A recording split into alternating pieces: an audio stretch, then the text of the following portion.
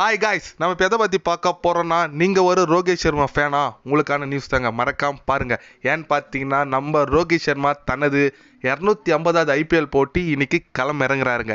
ஆமாங்க, தோனிக்கு அடுத்து 250வது போட்டி ஐபிஎல்ல விளையாடுறது யாருன்னு பார்த்தீங்கன்னா ரோஹித் சர்மா தாங்க. அது மட்டும் இல்லாமல் அவர் ஒரு சக்ஸஸ்ஃபுல் கேப்டன் சொல்லலாம் அவரோட ஐபிஎல் ஜேர்னியில். ஏன்னா அந்த அளவுக்கு நிறைய சாதனை படிச்சிருக்காரு ஐபிஎல்ல. செம குட் பேட்டிங்கு, பவர் பிளேலாம் செமடியாக வச்சிருக்காரு. அது மட்டும் இல்லாமல் தோனிக்கு அடுத்தது 5 ஐபிஎல் கப் அடித்து கொடுத்த ஒரே ஒரு வீரர் நம்ம ரோஹித் சர்மா தாங்க. ஏன்னா ஒரு கப் அடிக்கிறது கூட நிறைய டீம்கள் ரொம்ப கஷ்டப்படுறாங்க சீசனாக. அதில் பார்த்தீங்கன்னா 17 சீசனில் 5 கப்பு அடித்து கொடுத்துருக்காருன்னு சாதாரண விஷயம் கிடையாது. மோஸ்ட் சக்ஸஸ்ஃபுல் கேப்டன் இன் ஐபிஎல்னு சொல்லலாங்க. அது மட்டும் இல்லாமல் அவர் ஒரு ஹிட்மேன் செல்லமாக எல்லாம் அழைக்கிறாங்க. ஏன்னு கேட்டிங்கன்னா அவர் ஹிட்டிங் அடிக்கிற ஒவ்வொரு அடியும் பயங்கரங்க. அது மட்டும் இல்லாமல் ரோஹித் சர்மா இப்போ மும்பை இந்தியன்ஸ் அன்னைக்கு லாஸ்ட் இயர் கேப்டன்ஷிப் பண்ணிட்டு வந்திருந்தார். அவரை தூக்கிட்டு நம்ம எங்கேருந்தோ அந்த ஹர்திக் பாண்டியா தூக்கிட்டு வந்து போடுறது ரொம்ப கஷ்டமாக இருக்குங்க. ஏன்னா ஒரு காட்டுக்கு ஒரு ராஜா தாங்க, அது ரோஹித் சர்மா தாங்க. மும்பை இந்தியன்ஸ் அன்னைக்கு சிங்கனா அது ரோஹித் சர்மா மட்டும்தான். அவரை தூக்கிட்டு அவருக்கே ஹர்திக் பாண்டியாக்கே ரோஹித் சர்மா விளையாடுன்றது ரொம்ப ரொம்ப கஷ்டம். ஏன்னா நீங்கள் பார்த்துருப்பீங்க கேப்டன்ஷிப் சேஞ்ச் பண்ணும்போதே ரசிகர்களோட ரியாக்ஷன் என்னன்னு பார்த்துருப்பீங்க. அதனால் ரொம்ப வருத்தமாக இருக்குதுங்க ஹர்திக் பாண்டியாக்கே விளையாடுறது.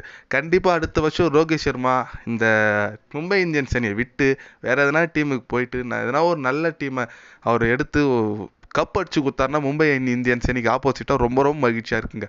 ஏன்னா ஒரு லெஜெண்டுங்க, ஐபிஎல்ல லெஜெண்டுன்னு சொல்லலாம். அவரை போயிட்டு நீங்கள் கேப்டன் தூக்கிட்டு ஹர்திக் பாண்டியா இப்போ தான் ஏதோ கொஞ்சம் ஷைன் ஆகின்னு வர்றாரு இந்தியன் டீமில். அவருக்கே விளையாடு இருக்கிறதுலாம் ரொம்ப ரொம்ப வருத்தம் அளிக்குதுங்க.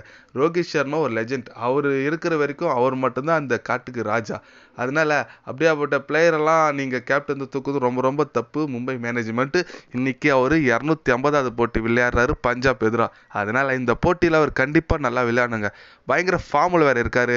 லாஸ்ட் மேட்ச் செஞ்சுரி அவர் வச்சிருக்காரு. அதனால் இந்த மேட்சும் அவர் செஞ்சுரி அடிச்சார்னா ரொம்ப மகிழ்ச்சி அளிக்குதுங்க. ஏன்னா 250வது போட்டி பெரிய மைல் ஸ்டோன்.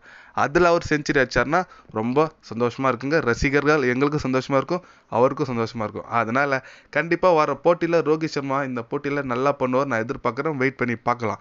அது மட்டும் இல்லாமல் அவர் ஒன்று இப்போ ரீசெண்டாக தெரிவிச்சிருக்காரு. என்னென்னு பார்த்தீங்கன்னா இம்பேக்ட் பிளேயரை அவருக்கு சுத்தமாக பிடிக்கலன்னு சொல்லியிருக்காருங்க. ஏன்னா கிரிக்கெட்னா 11 பேர் தான், 11 பேர் வச்சு தான் நீங்கள் விளையாடணும். அதை விட்டு இம்பேக்ட் பிளேயர் சொல்லிட்டு 12 பேர் வச்சு விளையாடுறது எனக்கு ரொம்ப பிடிக்கல. அது மட்டும் இல்லாமல் அந்த இம்பேக்ட் பிளேயர் ரூல்ஸ் வந்ததுனால நிறைய பேட்டிங் ஆல்ரவுண்டருக்கு சான்ஸ் கிடைக்க மாட்டேங்குது. எக்ஸாம்பிள் சொன்னது தூபே சொன்னார், வாஷிங்டன் சுந்தர் சொன்னார். அதுமாரி பிளேயர்களுக்கு ஒரு வாய்ப்பு கொடுத்தா தானே இந்தியன் டீமுக்கு நல்ல ஆல்ரவுண்டர்ஸ் ஃப்யூச்சரில் வருவாங்க. அதனால் இம்பேக்ட் பிளேயர் ரூல்ஸ் அவருக்கு சுத்தமாக பிடிக்கலன்னு சொல்லிட்டு தெரிவிச்சிருக்காங்க. ஏன்னா அதுவும் கரெக்டு தாங்க. நாங்கள் சின்ன வயசுலேருந்து விளையாட்டு வந்தது பார்த்தீங்கன்னா 11 பேர் தான். இது புதுசாக இந்த ரூல்ஸ்லாம் எடுத்துகிட்டு வந்தது ரொம்ப கஷ்டமாக தான் இருக்குது. பார்க்கலாம் அடுத்த சீசனில் அந்த ரூல்ஸ்லாம் கொஞ்சம் எடுத்துட்டாங்கன்னா ரொம்ப சந்தோஷங்க. எத்தனை பேர்லாம் இந்த ரூல்ஸ் பிடிச்சிருக்கு பிடிக்கல நினைக்கிறீங்க சொல்லிட்டு கமெண்ட் பண்ணிட்டு போங்க. ரோஹித் சர்மா இந்த மேட்ச் எந்த மாதிரி ஒரு பேட்டிங் பர்ஃபார்மன்ஸ் பண்ணுவார் நினைக்கிறீங்க சொல்லிட்டு அது ஒரு கமெண்ட் பண்ணிட்டு போங்க. இது போன்ற ஸ்போர்ட்ஸ் நியூஸை தெரிஞ்சுக்கணும்னா சேனலை சப்ஸ்கிரைப் லைக் ஒன்று பண்ணிக்கோங்க. என்னடா சப்ஸ்கிரைப் கம்மியாக இருக்குதுன்னு நினைக்காதீங்க. கண்டிப்பாக கிரிக்கெட் பற்றி முக்கியமாக ஐபிஎல் பற்றி டே பை டே சேனல் அப்டேட்டில் வரும். மறக்காமல் சப்ஸ்கிரைப் மட்டும் கொஞ்சம் பண்ணி வச்சுக்கோங்க. நன்றி, வணக்கம்.